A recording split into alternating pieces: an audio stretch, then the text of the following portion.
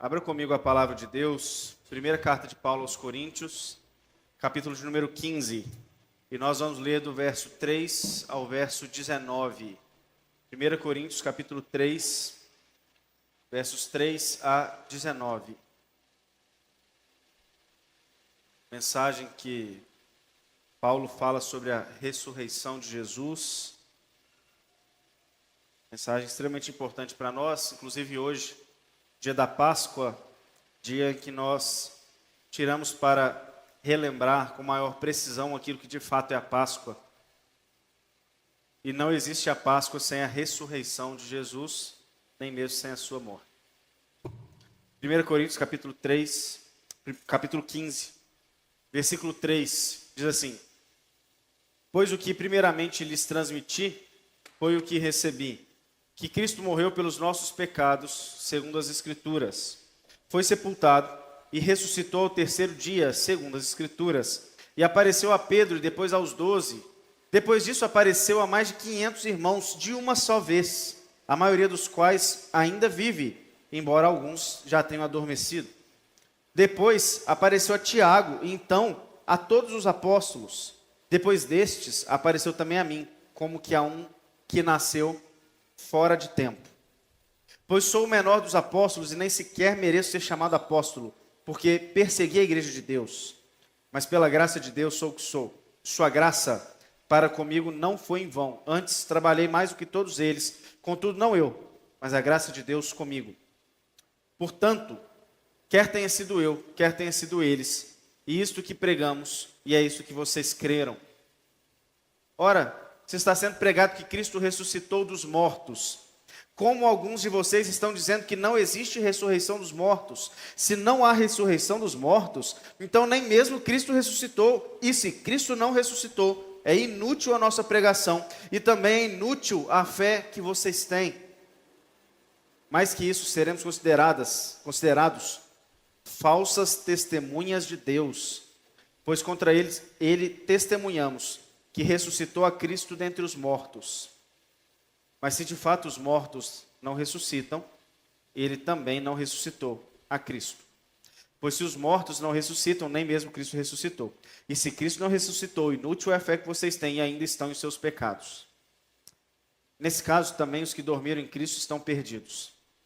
Se é somente para esta vida que temos esperança em Cristo, dentre todos os homens, somos os mais dignos de compaixão. Vamos orar mais uma vez? Senhor, nós clamamos pela ação do Espírito que traz luz à nossa mente, ao coração.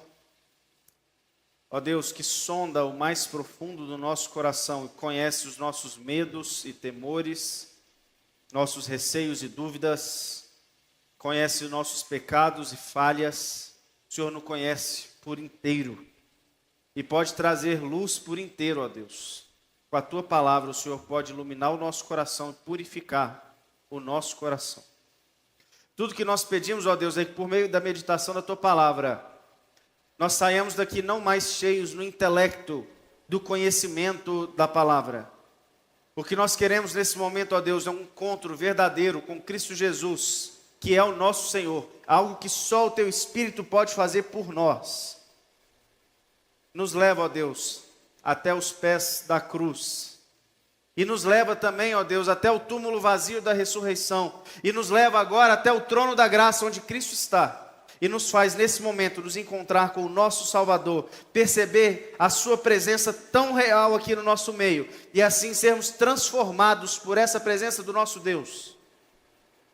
Nós pedimos, ó Deus, não encha somente a nossa mente com informações, mas encha o nosso coração com a presença santa e poderosa do Espírito de Deus.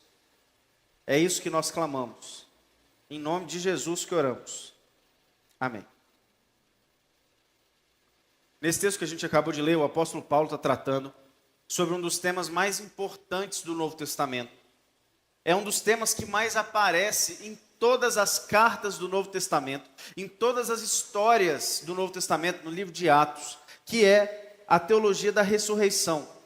Na verdade, a ressurreição é a construção do Novo Testamento.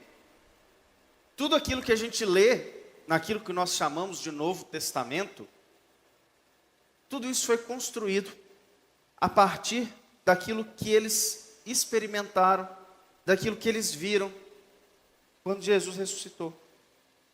Sem a ressurreição de Jesus, você pode ter certeza, não teria nem uma linha do Novo Testamento sendo escrita, você pode ter certeza disso. Sem a ressurreição de Jesus, nem de longe teria essa igreja que nós conhecemos do jeito que a gente conhece hoje. Nada teria sido feito se Jesus não tivesse ressuscitado e se aqueles homens e aquelas mulheres não tivessem visto com seus próprios olhos aquele Jesus ressuscitado. Mas é por causa de uma experiência tão impactante que eles tiveram, quando eles viram aquele que eles viram morrer 3 dias atrás, e agora eles veem na frente deles de novo, ressuscitado. Eles falam, alguma coisa muito diferente está acontecendo aqui, que nunca nós vimos na história. E é o impacto dessa ressurreição que produz todos os livros, todas as cartas do Novo Testamento, que produz todos os presbíteros e diáconos do Novo Testamento, todos os hinos e louvores do Novo Testamento, toda a missão e evangelismo do Novo Testamento, é tudo por causa da ressurreição de Jesus. Possivelmente, se Jesus não tivesse ressuscitado, obviamente isso só acontece no mundo hipotético, porque ele ressuscitou e isso é fato, Jesus teria sido tomado apenas como mais um dos tantos Messias que já tinham aparecido até então. Porque Jesus não foi o primeiro e nem o último. Antes de Jesus, uma série de homens já apareceram dizendo, não, eu sou o Messias e agora eu vim resgatar Israel. Ali durante aquele período de Roma, falando assim, não, nós vamos todo mundo aqui, insurgir contra Roma. Eu sou o Messias. E começa diversas guerras, sempre teve tumulto. Depois de Jesus, vários grupos, especialmente os zelotes, um dos grupos de Israel, se juntam para continuar falando assim, não, está aqui, agora esse aqui que é o Messias. Aquele Messias que veio, o tal de Jesus, não libertou ninguém de Roma, vamos continuar o movimento. Jesus seria só mais um deles. Olha lá, falou que era o Messias, não durou 33 anos. Morreu, acabou. Talvez ele não fosse o Messias. Isso porque eu estou falando só desse ambiente judaico, mas o que seria tão diferente de Jesus dos outros profetas ao longo do tempo? Talvez você poderia citar aí Maomé, mas pense, todas as religiões têm seus profetas. Talvez você poderia tomar ele só como mais um deles. Inclusive comparado com o Antigo Testamento, você poderia falar assim, olha, foi um profeta. Mas assim como Jeremias morreu, Isaías morreu, assim como outros profetas, todos morreram, esse aí também morreu. Era só mais um dos profetas. A mensagem de Jesus, ela era, em parte, parecida com a mensagem dos profetas. Porque os profetas do Antigo Testamento, eles já tinham falado sobre perdão. Eles já tinham falado sobre reconciliação. Eles já tinham falado sobre Deus e sua aliança e seu amor pelo seu povo. Eles já tinham falado de libertação. Todos os temas abordados por Jesus, inclusive os temas sociais, misericórdia, o órfão, a viúva, todos os profetas já tinham falado.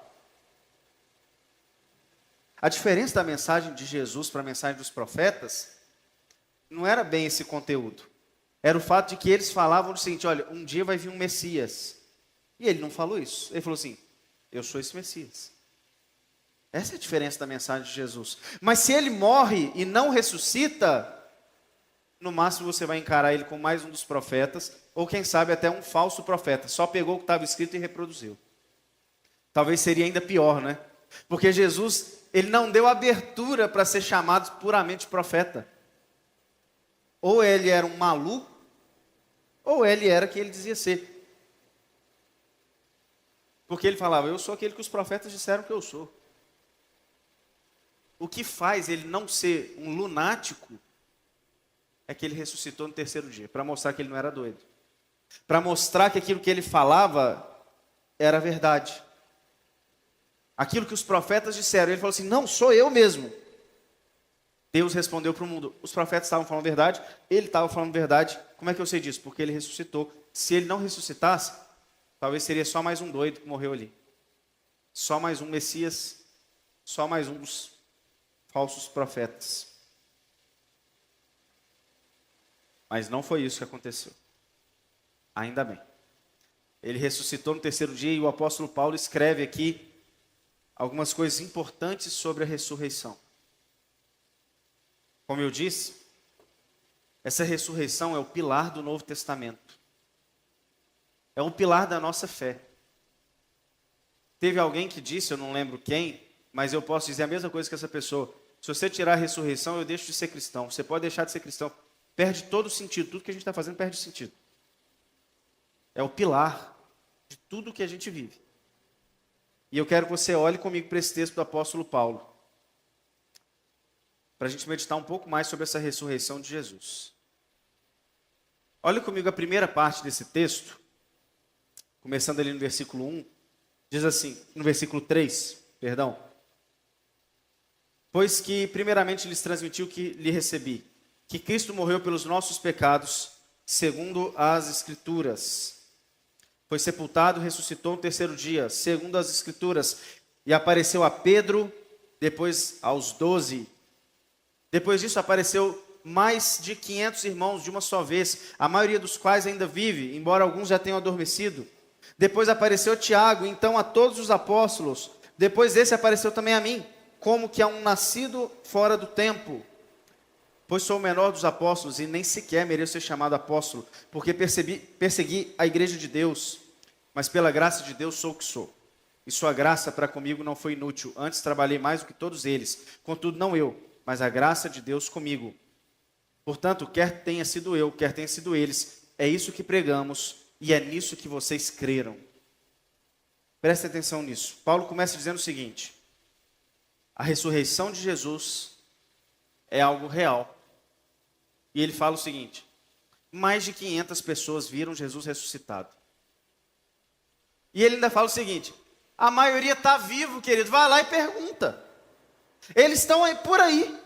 Paulo está dizendo, tem 500 pessoas, não é uma, não é duas, são 10 pessoas. Tem 500 pessoas dizendo que viram com os próprios olhos Jesus ressuscitado. Se você tem dúvida, Paulo dizendo aos Coríntios, pega o seu barquinho, vai lá em Jerusalém e pergunta para eles, a maioria está vivo.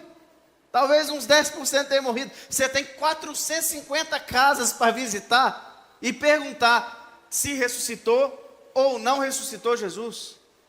Até os historiadores da época citam o burburinho de Jesus ressuscitado, mesmo aqueles que não se converteram, mesmo aqueles que não acreditaram nisso, eles relatam, tem um povo dizendo que ele ressuscitou mesmo. Você podia ir lá, você podia conferir, mas aí ele começa a citar nominalmente algumas pessoas. Fala, você quer saber? Apareceu para Cefas, apareceu para Tiago, e também para todo o colegiado dos apóstolos, e depois apareceu para mim. Ele cita 3 pessoas em especial, somado aqui com o grupo de todos os apóstolos, e é como se ele estivesse dizendo o seguinte: você quer ter uma prova bem real? Pergunta para esses 3, o que aconteceu com eles, o que eles viram. Porque o que tem de comum entre Cefas, Tiago e Paulo? O que os 3 têm em comum a ponto da ressurreição ser algo tão impactante e deles serem uma prova tão viva da ressurreição de Jesus? A incredulidade dos 3. Cefas é Pedro, para quem não se lembra. O que aconteceu com Pedro? No último dia de vida de Jesus, antes de morrer e de ressuscitar, negou 3 vezes. Não só isso, ao longo da história do Novo Testamento, Pedro não era o Pedro que a gente conhecia. Pedro era o Pedro turrão e incrédulo, sem fé. Tudo quem questionava era Pedro. Tudo era ele que questionava. Não é à toa, só um parênteses aqui, eu estou lembrando da historinha de João, o apóstolo João escrevendo o evangelho, né? Nenhum dos evangelistas conta nada. E João fala assim, foi Pedro. Ele faz questão, não, foi Pedro. Pedro cortou a orelha do fulano, do Malco. Era Pedro, questionador. Lá no barco, depois de Jesus multiplicar os pães, lá no barco não tinha pão, só tinha os 12. Jesus tinha acabado de multiplicar pão para uma multidão. Pedro fala assim, mas cadê? Não tem comida para nós, né? Ah, mas a gente acabou de ter comida para todo mundo. Questionador, incrédulo. Lá na frente, 3 vezes negando a Jesus. Pedro tinha tudo agora para ser banido do meio daquele povo, do meio daquele grupo que inicialmente seguiu a Jesus. Vai lá e pergunta para Pedro o que aconteceu. Teve um encontro com o próprio Senhor. E aquele Pedro que negou Jesus 3 vezes no dia da morte de Jesus, um pouquinho mais para frente, ele mesmo foi crucificado, possivelmente de cabeça para baixo, segundo os relatos da história. Se é verdade ou não que é assim que Pedro morreu, a gente não vai saber. Mas os relatos históricos apontam para uma morte terrível, inclusive o próprio Jesus fala sobre isso. Jesus fala, Pedro, você não sabe o que está por te esperar daqui para frente. Dali para frente, Pedro não negou ninguém. Vai lá e pergunta para Pedro, o que negou 3 vezes e foi restaurado 3 vezes. 3 vezes Jesus perguntando, você me ama, Pedro? Amo, Senhor. Você me ama, Pedro? Você me ama, Pedro? Tudo bem, você me negou 3 vezes, agora publicamente você já foi completamente restaurado pelo Jesus que ressuscitou. Pelo Jesus que ressuscitou. Pedro, testemunha inegável do poder da ressurreição de Jesus. Porque aqueles que conheciam o antigo Pedro sabiam que ele ia correr da raia. E agora ele já tinha um bom tempo que ele não fugia mais. Por quê? Porque ele viu Jesus ressuscitado. Tiago. Nós somos protestantes, então para nós, irmão de sangue de Jesus. Irmão de Jesus. Cresceu com Jesus. Tomou café da manhã com Jesus. Viu Jesus durante sua vida inteira. E quando Jesus começou o seu ministério, o que Tiago fez? Tiago falou que Jesus estava doido e falou assim, vamos trancar ele dentro de casa. Está escrito lá no Evangelho de Marcos, que os parentes próximos de Jesus, seus irmãos, talvez seus primos, as pessoas que conviviam com ele, quando Jesus começa o seu ministério, e com certeza Tiago está no meio desses, fala assim, olha, Jesus ficou doido, vamos botar ele dentro de casa de novo. Esse é o irmão de Jesus. Jesus sai 3 anos pregando, curando, ressuscitando gente. Tiago não converteu. Vai lá, pergunta para o irmão de Jesus. Porque o irmão de Jesus agora é bispo em Jerusalém. Depois da ressurreição. O que fez Tiago, aquele que não acreditava na mensagem de Jesus e na pessoa de Jesus como Messias, virar bispo da igreja de Jerusalém, suportar pobreza, igreja mais pobre que tinha, uma das igrejas mais perseguidas, porque quem mais perseguiu o cristianismo era o judaísmo, eles estavam dentro de Jerusalém, veio uma grande perseguição, Tiago não saiu dali, ficou pastor em Jerusalém até o final. Por quê? Porque ele viu Jesus ressuscitado. Porque o irmão dele, que ele viu morrer, apareceu na frente dele, apareceu a Tiago. Que argumento que ele vai ter agora contra o irmão dele? Acabou o argumento, não tem o que falar. Não tinha mais nada para falar. E Paulo? Simplesmente ele mesmo fala. Maior perseguidor da igreja. Aquele que entre o judaísmo, um dos que mais matou cristão. Aquele que quando encontrou com esse Jesus ressuscitado, estava indo para poder matar cristão. Maior prova viva da ressurreição de Jesus. Paulo, o próprio Paulo. E quem diz isso não sou eu, sou ele mesmo. Ele escreveu, falou assim, eu fui o maior perseguidor e eu não sou mais, porque simplesmente Jesus apareceu na minha frente e ele está vivo. Tinha alguma razão social, econômica, relacional ou religiosa para Paulo deixar de perseguir os cristãos e se tornar um deles? Nenhuma. Nenhuma vantagem na vida do apóstolo Paulo veio depois que ele encontrou com Cristo ressuscitado, do ponto de vista humano. Nenhuma. Ninguém poderia falar assim, mas Paulo, tanto que ele enriqueceu depois que ele virou cristão também é piada. Não foi. Não foi. O que ele sofreu depois disso foi naufrágio, nudez, fome, noite sem dormir, perambulando de um lado para o outro, plantando igreja, passando raiva com o diácono, com o presbítero, com o ovelha. Foi isso. Por que, Paulo? Porque eu estava andando e Jesus apareceu na minha frente. Porque eu estava andando e eu vi Jesus ressuscitado. 3 personagens incrédulos. E que agora são 3 pilares da igreja. Simplesmente porque Jesus apareceu na frente deles. Quando você olhar para a ressurreição de Jesus, ela nos dá uma fé além da razão humana. Não existe argumentos lógicos e racionais capazes de convencer alguém de que Cristo é o Messias. E eu nem tenho essa pretensão para ninguém. A única coisa que faz alguém que um dia não creu no nosso Senhor passar a crer que Ele é o único verdadeiro Deus, o Messias, Ele ressuscitou. E se o testemunho desses 3, dos 12, desses 500, não é suficiente, eu lamento, eu não tenho mais nada para fazer por você que nos assiste, você que eu não tenho mais nada. Porque eu só sou cristão porque eu acredito no testemunho desses 3, dos 12 e desses 500. E o mesmo Jesus que um dia apareceu para Paulo, para Tiago, para Cefas, não, eu não vi ele com meus próprios olhos. Mas o Espírito de Deus fez com que ele aparecesse na minha vida. E eu sei que ele já apareceu na sua também.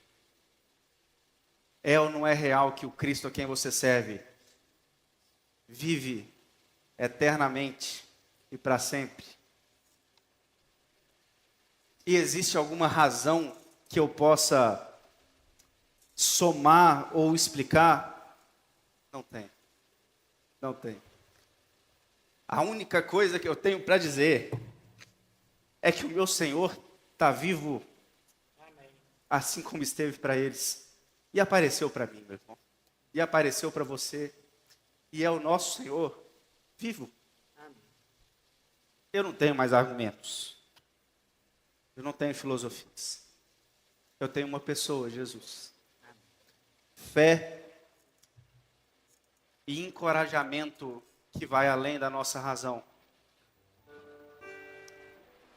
Esses 3 aqui deram a vida por causa desse Jesus ressuscitado.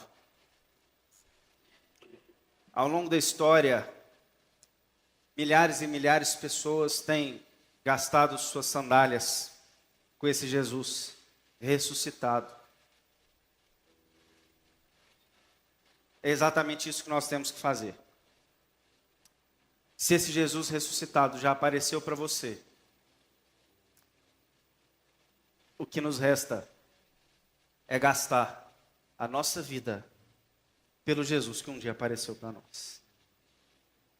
Fé e encorajamento que vão além daquilo que nós podemos explicar, filosofar ou mesmo raciocinar sobre isso. É simplesmente o Jesus ressuscitado que um dia apareceu para nós. Mas o apóstolo Paulo não para por aqui. Ele ainda fala sobre algo que eles experimentaram a partir da ressurreição. Me acompanhe no texto, no restante, que diz assim: ora, se está sendo pregado que Cristo ressuscitou dentre os mortos, como alguns de vocês estão dizendo que não existe ressurreição dos mortos? Se não há ressurreição dos mortos, nem Cristo ressuscitou. Se Cristo não ressuscitou, é inútil a nossa pregação, como também é inútil a fé que vocês têm. Mais que isso, seremos consideradas falsas testemunhas de Deus, pois contra ele testemunhamos que ressuscitou a Cristo dentre os mortos. Mas se de fato os mortos não ressuscitam, ele também não ressuscitou a Cristo. Pois, se os mortos não ressuscitam, nem mesmo Cristo ressuscitou. E se Cristo não ressuscitou, é inútil a fé que vocês têm, e ainda estão em seus pecados. Olha só. Nesse trecho agora, o apóstolo Paulo mostra aos coríntios que se Cristo não tivesse ressuscitado, a fé deles era uma fé vã. E o motivo é, vocês ainda permanecem nos seus pecados. O que é permanecer nos seus pecados, segundo a própria teologia do apóstolo Paulo? Lá em Efésios, no capítulo 2, ele explica: todos nós estávamos mortos em nossos delitos e pecados. De modo que permanecer nos pecados aqui, segundo Paulo, significa, está todo mundo morto ainda. Se Cristo não ressuscitou, ninguém aqui pode falar que ressuscitou. É isso que Paulo está dizendo. Ninguém aqui pode falar que está vivo de verdade. E aí a gente também entende que, se nós estamos vivos, ou se nós somos ressuscitados com Cristo, é porque nós vivemos uma vida diferente daquilo que era vivido. Nós experimentamos algo diferente daquilo que era experimentado. A ressurreição muda o quadro, muda a vida, muda o mundo, muda os óculos com que enxergamos o mundo, muda a forma como experimentamos as coisas do mundo. Uma nova vida, uma verdadeira vida, acontece na ressurreição de Jesus. Escuta uma história para você entender um pouco do que Paulo está dizendo. Imagina que um rapaz tenha sido preso, e na cadeia lá era extremamente violento, tinha muita briga, e de vez em quando, ou de vez em sempre, alguém morria. O pai passa anos juntando dinheiro para a fiança. Quando ele consegue, vai lá pagar a fiança, o filho dele se envolveu numa briga e morreu. Eu te pergunto, o que adianta o dinheiro da fiança? Nada, o menino está morto. Se Cristo morreu e não ressuscitou, de que adianta ter os seus pecados pagos se você não está vivo? A morte de Jesus paga a nossa fiança. Mas vai pagar a fiança por causa de um morto? É a ressurreição de Jesus, segundo Paulo, que faz com que estejamos vivos. Em Efésios capítulo 2, que eu citei agora, o que Paulo está dizendo é, ele vos deu vida junto da ressurreição de Jesus. A fiança só faz sentido para quem está vivo. Só que se Cristo não ressuscitou, ninguém está vivo, o preço foi pago à toa. Pode jogar para o alto, o sangue de Jesus não vai de nada, está todo mundo morto. Não adianta. Só faz sentido a morte de Jesus, porque Ele nos deu vida pela sua ressurreição.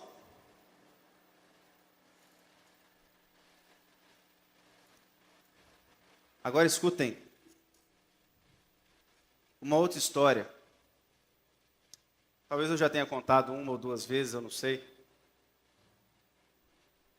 Mas é o meu modo de enxergar o que é estar vivo.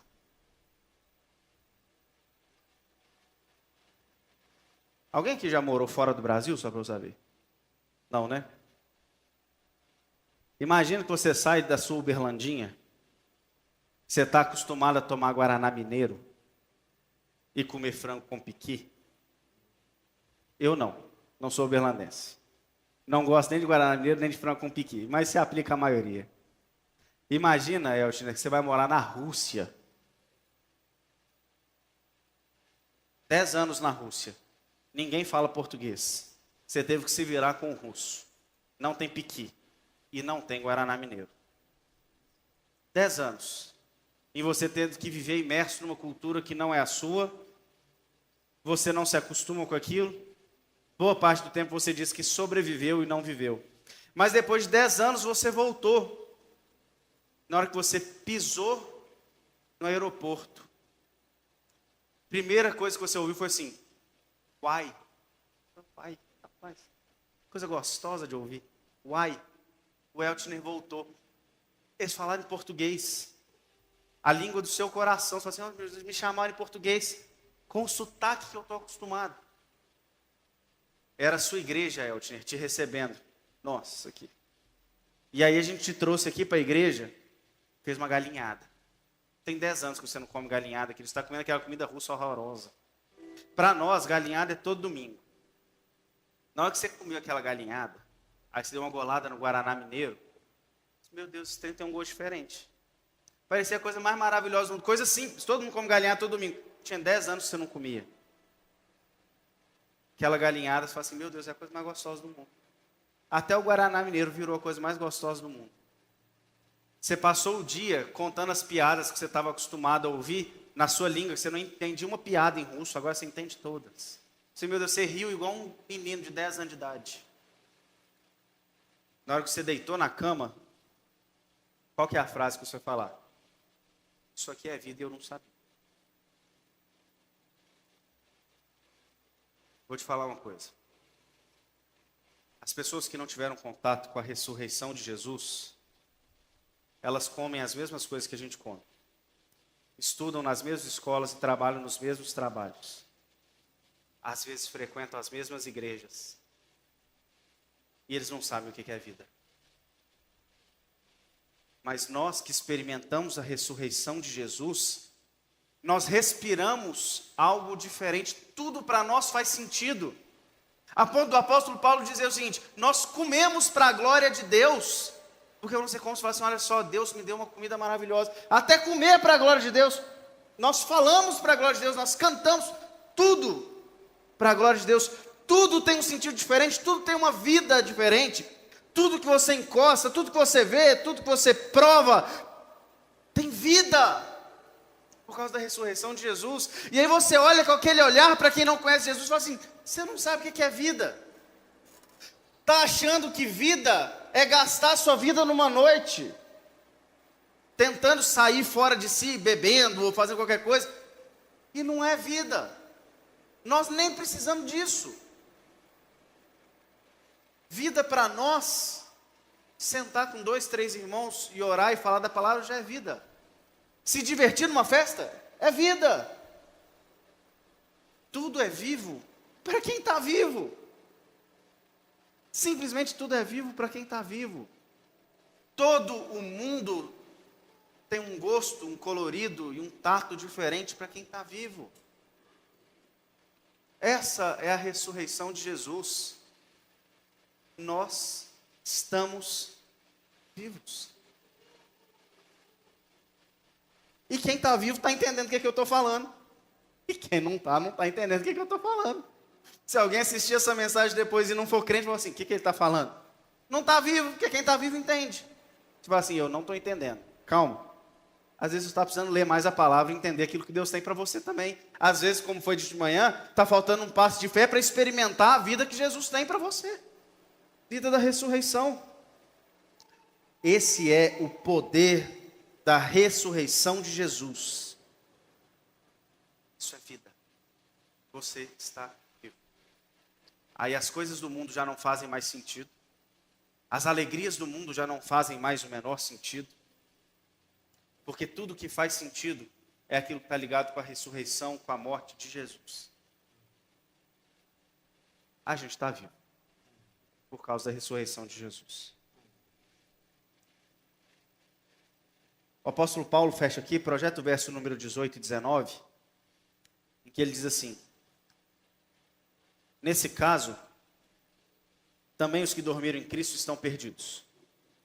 Se é somente para essa vida que temos esperança em Cristo, somos de todos os homens os mais dignos de compaixão. Agora Paulo fala sobre esperança. Paulo falou sobre a certeza dessa ressurreição e a fé, essa ressurreição e a vida, e agora a ressurreição e a esperança. Só tem esperança por causa da ressurreição. Só existe consolo, conforto, por causa da ressurreição. Ele fala o seguinte, olha, os que morreram, morreram. Se não existe ressurreição, os que morreram acabou. Mas se existe ressurreição, então não é assim. Se existe ressurreição, existe justiça. Aqueles que morreram, mas fazendo o mal, podem ser punidos. Aqueles que morreram em Cristo, nós podemos reencontrar. Existe esperança então. Existe esperança para nós, de um sentido para a vida inteira. Eu me lembro da história de Jó. Olha como é que a história de ressurreição não começou no Novo Testamento. Jó, capítulo 19, versos 25 a 27.